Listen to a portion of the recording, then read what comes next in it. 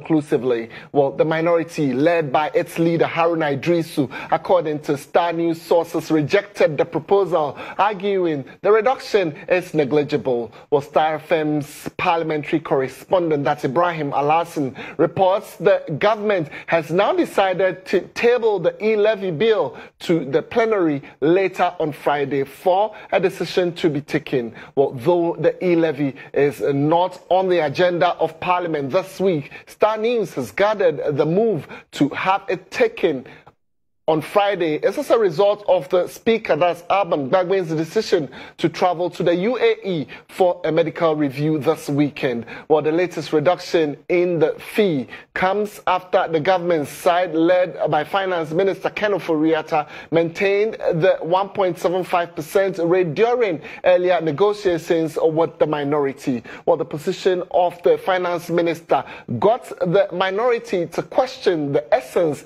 of the engagement in the first place. Well, the minority side was led by its leader Haruna Iddrisu, Chief Whip Muntaka Mubarak, and other leaders. Very shortly, we will be taking you to Parliament, where we would be engaging my colleague Ibrahim Alhassan to bring you up to speed on this particular development. We will be sharing really if this is going to come off ahead of the Speaker's leave. We will be sharing all the details with you shortly as we raise Ibrahim Alhassan on the phone line.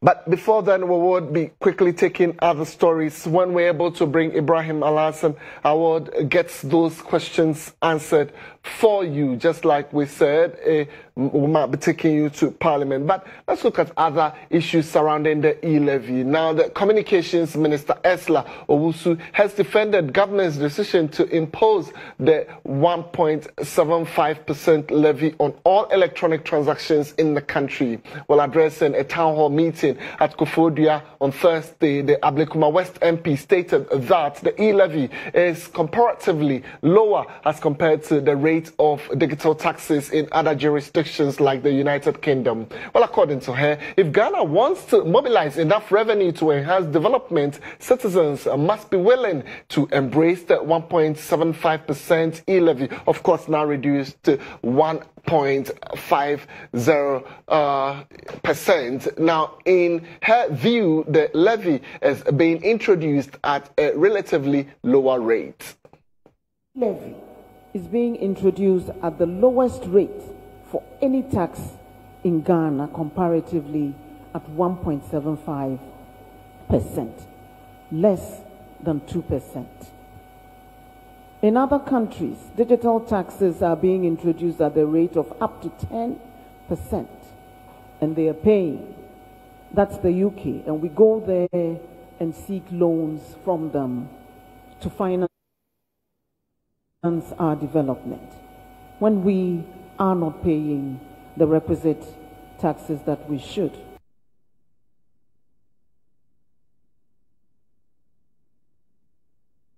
Well, we'll be coming back to the e-levy, but for now, let's just move on to other stories as the Minister of Roads and Highways, Kwesi Amoako-Attah, has responded to questions regarding the reintroduction of road tolls. Well, he says if it becomes necessary to revisit the decision, the relevant stakeholders will handle it appropriately. Government abolished road tolls in November last year after Finance Minister Ken Ofori-Atta announced the cessation of the collection of the tolls during the presentation of the 2022 budget. Nuisance on the road by causing traffic was a reason given for the closure of the toll booths. The Finance Minister, however, during a recent town hall meeting with stakeholders on the e-levy, hinted of the comeback of the road tolls after the expansion of road infrastructure in the country with 6-lane roads. Speaking to journalists on the sidelines of the town hall meeting, the Roads and Highways Minister said President Akufo-Addo has committed huge resources into the road sector and constructed about 1,400 kilometers of roads in his first term and expected to construct 1,500 kilometers of roads in the second term of government. He said government's focus now is to dualize all major roads in the country. The minister is therefore hopeful that the introduction of the e-levy will enable government to mobilize enough financial resources for this ambitious project. Within the 4-year period, we did a total of 1,400, and it's programmed to do more than 1,500 for the second term. So you can see that the road sector is being tackled. The main agenda for President Akufo-Addo's second term in the road sector is the dualization of all major roads. Isiama Kwata said road toll gave Ghana a paltry average of 78 million cedis annually, despite the huge road deficit. Therefore, e-levy, which seeks to mobilize 6.8 billion cedis a year, will enable government to commit some of the amount into the road project. He was, however, not emphatic on the government's decision on the reintroduction of road tolls. In February, we are going to cut short for 4 major sessions, of the dualization program. The session at Osino, the session at Enyirem, the session at Enyiresi, and the session at Konongo. The town hall meeting organized by the Ministry of Finance in Koforidua was to deepen consultation on the controversial 1.75% electronic transaction levy. The finance minister said the e-levy is critical to the development of the country, hence hoping it would receive the needed support for the passage in the coming weeks. The Minister of Communications, Esla Owusu, said Ghana continues to lose millions of revenue on the e-commerce platforms yearly due to lack of policy interventions to tax the sector. She said comparatively, e-levy will not collapse the electronic payment platforms as evidently showed by the introduction of the communications service tax. Some participants at the town hall meeting called on the minority to support government to pass the e-levy bill for the sake of national development. They had to educate and sensitize on some of the whys and the reason behind them implementing the e-levy. So I think, first of all, the Minister of Information took the podium and they made it known to us why the need for them to collect the e-levy because of the circumstances that we find ourselves in the COVID era. So they need to also supplement the budget efforts about finance raising. So I think it's a step in the right direction.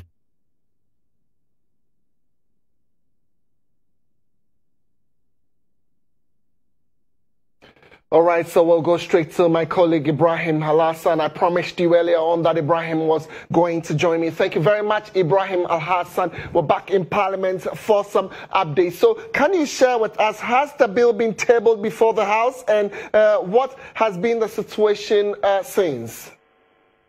Well, the answer to your question straight is that no, the bill has not returned to the floor of Parliament yet for the second consideration.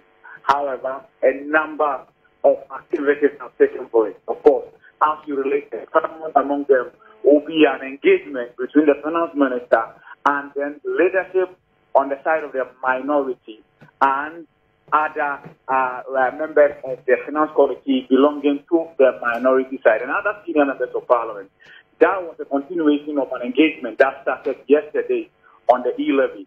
That meeting yesterday ended inconclusively because when the minority members demanded for the finance minister to put before them what he is coming to the bargaining table with, the finance minister couldn't.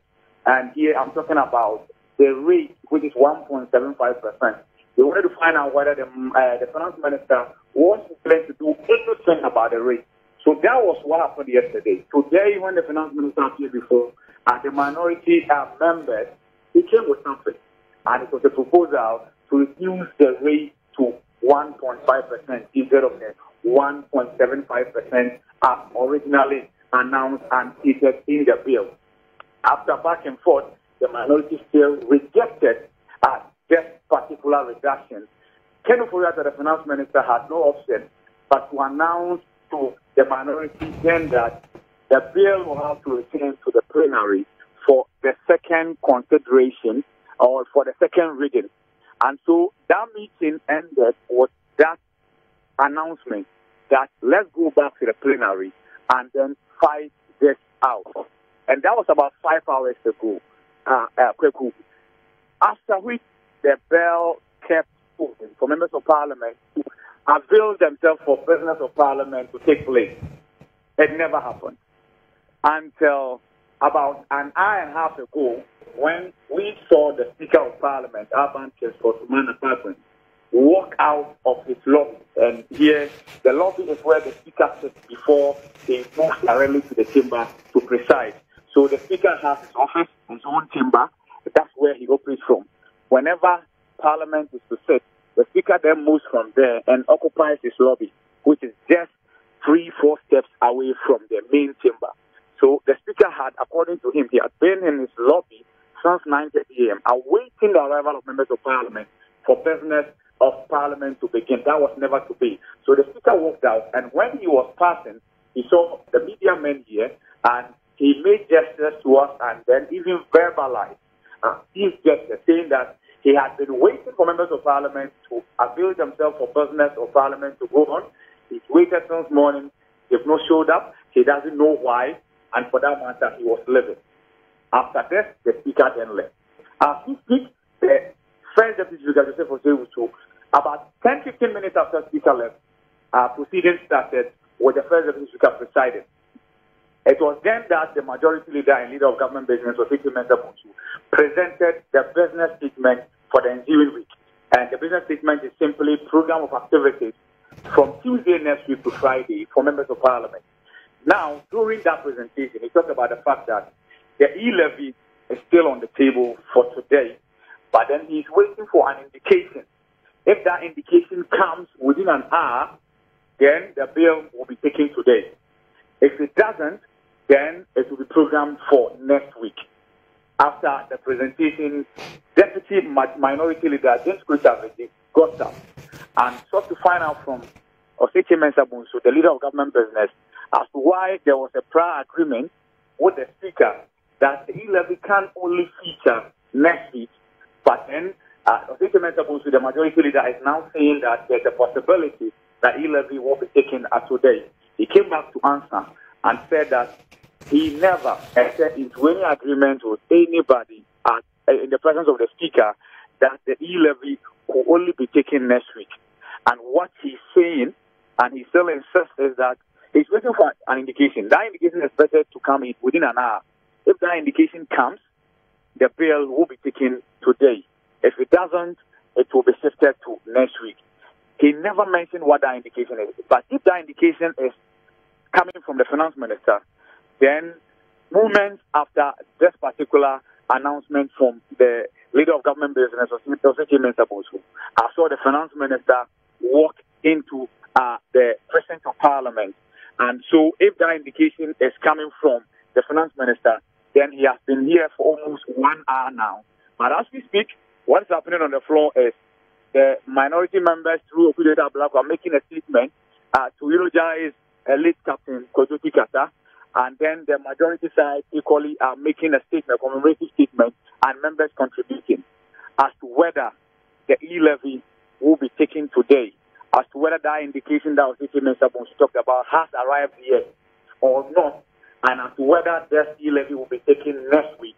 We are yet to get any indication to that effect. But I can tell you about the numbers. Yes, the minority members insist that they have the full complement of their numbers, 137. I've seen a post that emanated from South Dai MP, Roxanne Nelson Dafiamepo, indicating that the majority side, government is now flying some members of Parliament from the majority side into the country.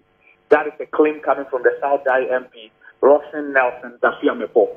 But what I've seen and what I know and what I can say, Kweku, is that one person who is conspicuously missing, and we always look out for her because she's not been regular in Parliament, is a Dom Kwabena member of Parliament, Sarah Adwasafo. I have personally not seen her yet. And so, of course, when you engage the majority members, they also tell you that they have a full complement of their team. But I can tell you that I've not seen Sarah Adwasafo as of yet. With Speaker having hesitated to seat for the First Deputy Speaker, Joseph Osei-Wusu, to preside, if the e-levy is to come, then we might have remnants of what happened the day before the House went on the Xmas break, where there was a free-for-all fight, because the Speaker was not in the country then, his deputy was presiding, and there was some argument about the decisions that the first deputy speaker had taken when he was sitting in the seat. Now, another thing that's very critical and crucial is reports that we have gathered, and I'm sure these reports are all over, that Speaker of Parliament, Abba Bagbin, might have to return to the United Arab Emirates for a medical review. The reports indicate that that is expected to happen this weekend. If that is the case, then that explains why government wants the E-levy to be taken today with him in the seat, just so we don't have a repeat of the episode that took place before the House abruptly went on recess for the Christmas break. So we hear if the E-levy to be taken, then it's a long night. If not, then the MPs can break and then return next week. Ibrahim Alasan, you've been in Parliament since morning. Can you confirm if there could be the possibility where the Speaker will return to the House, or as we speak, the Speaker is out of the country? Well, so the last time that this same episode took place, when the Speaker exited, we had a clear indication that he had left for the House. He had left the President of Parliament. Today, what I can tell you is that even as I engage you, looking at the Speaker's office, his chamber, I can see his scarf and then his policemen, his security men there. So, yes, he's exited the lobby and then exited the chamber. But from the indication, he is still within the President of Parliament. So, if need be, he could return to preside. But, of course, even if he presides and then the majority isn't able to galvanize or mobilize 138 MPs, or the minority is able to mobilize their 137 MPs, the story will not be any different. But of course, the difference between the storming out that took place in December last year and this one is that for this one, the Speaker of Parliament is still within the President of Parliament from what we gather. So there's a possibility that he might return to preside over proceedings if need be.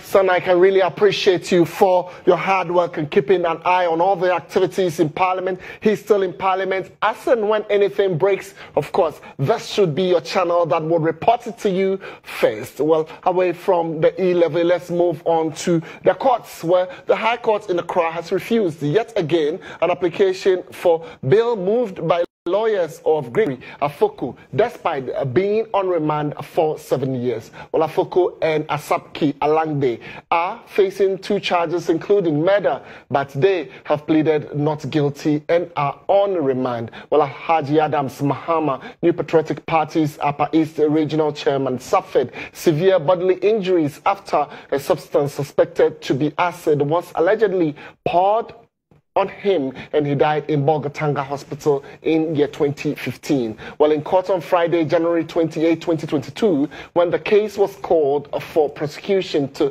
call its 12th witness, Don Fiajo, Assistant State Attorney, told the court that they are struggling to produce their next witness. Well, while apologizing to the court, she prayed for a short date within which they can get their next witness ready. Well, defense lawyer Andrew Kuju Vortia argued that prosecution has indicated it will call 19 witnesses in the matter and wondered why they are struggling to call them. Well, premising his arguments for bail on Article 14.4 and 19.2 of the 1992 Constitution, counsel said if the prosecution was not ready, the accused persons should be released on a bail. Responding to the Viva Voice oral application, the state attorney prayed the court to indulge them for the last time, the court presided over by Justice Efua Mele Wood,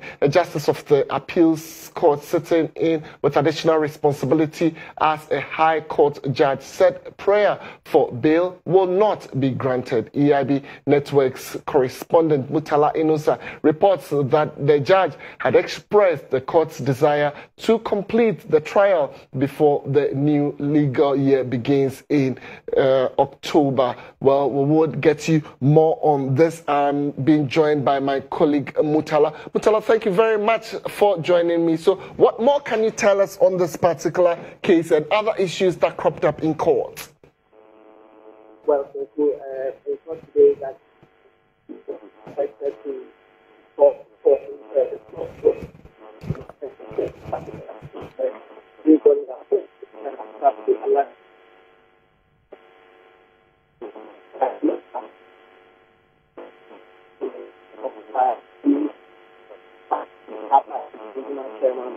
Adam Mahama.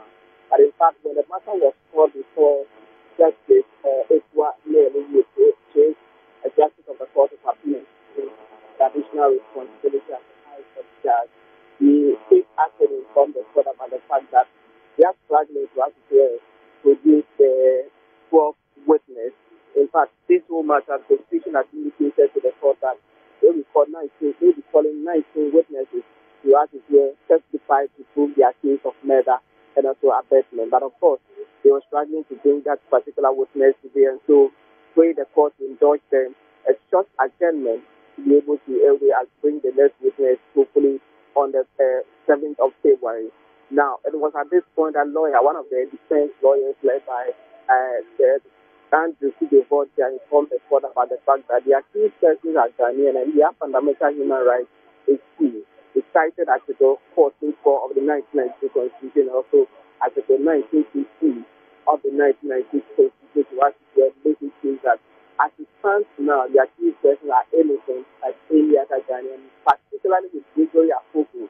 They have been in remand for the past 13 years without bail. The prosecution is struggling by way of struggling to produce a less witness who applied the court that which is going to at any given time when the case is called, the accused person will be in court to assist the court as far as this particular trial is concerned. But the court said, if you look at the fact that the prosecution has been forthcoming with all the witnesses, and only at this point that we have struggled to do that, and the fact that they are requesting for a very short agenda, the court is done that particular lack of opportunity to ensure that sometime on February 7th, they produce that particular witness. So, the prayer, in fact, that particular prayer application was a visa booking. That means it was an oral application that was made by lawyer Sidevodia. The court said at this particular moment, that particular prayer application will be granted until the party to come sometime February 7th. But I want to say that this is about the fourth time that these lawyer applications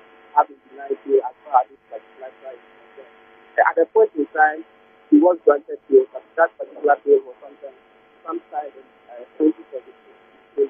Since 2016, they have been in custody throughout.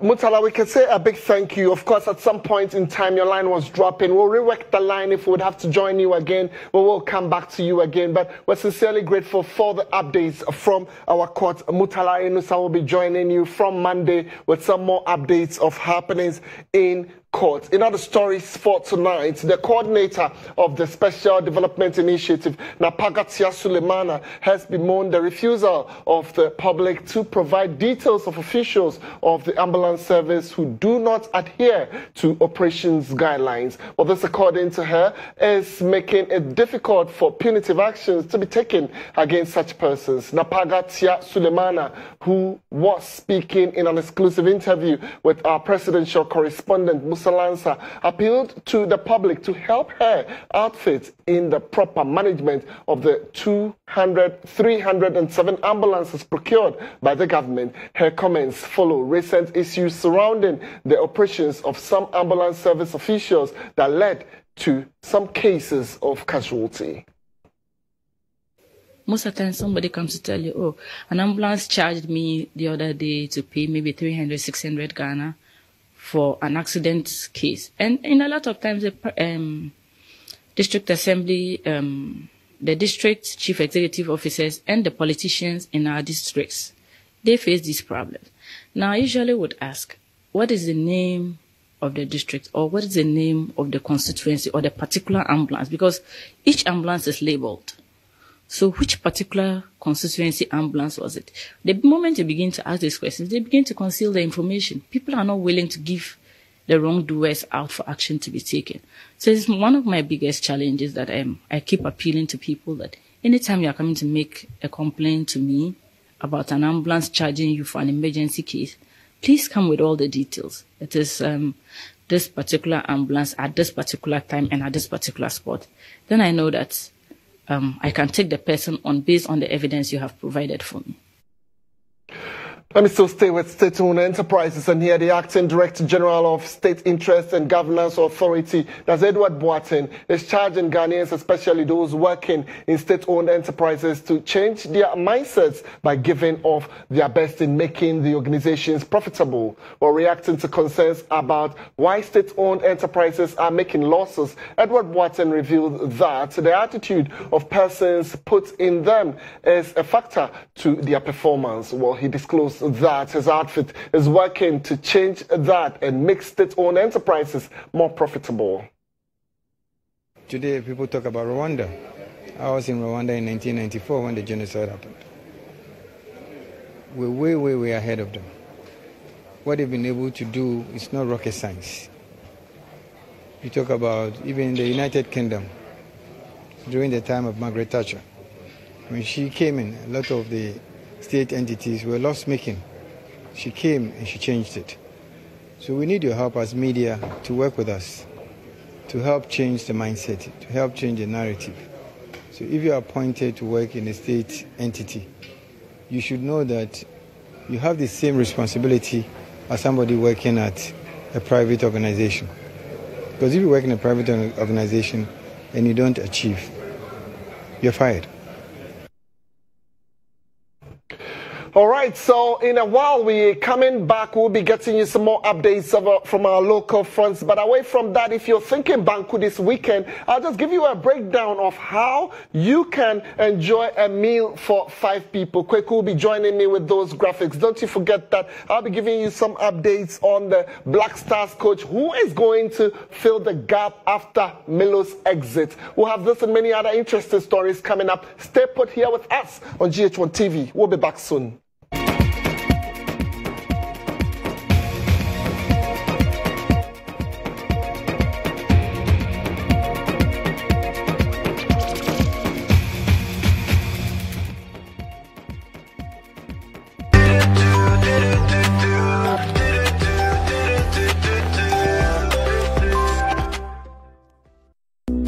My name is Nanayao, the manager of Hair Palace. Hair Palace is a grooming center which takes care of people's grooming look.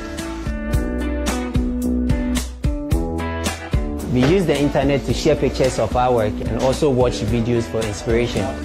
Surfline's SME plans gives us the freedom to share our Wi-Fi to our customers without worrying about running out of data. And if I get hospitalized, I get insurance from this plan. Surfline.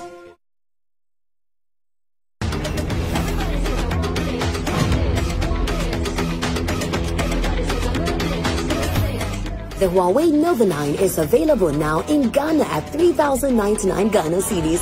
Hurry!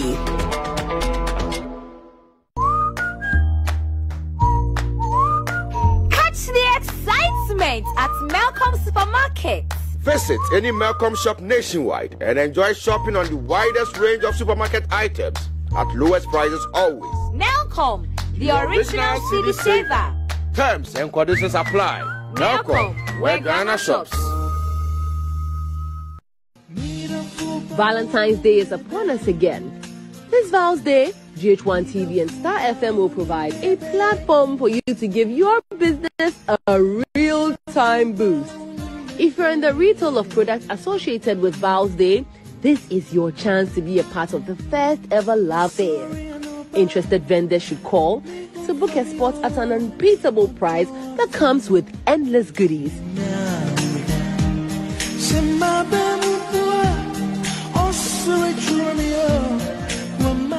The Duvet Love Fair, a true Valentine's Day experience.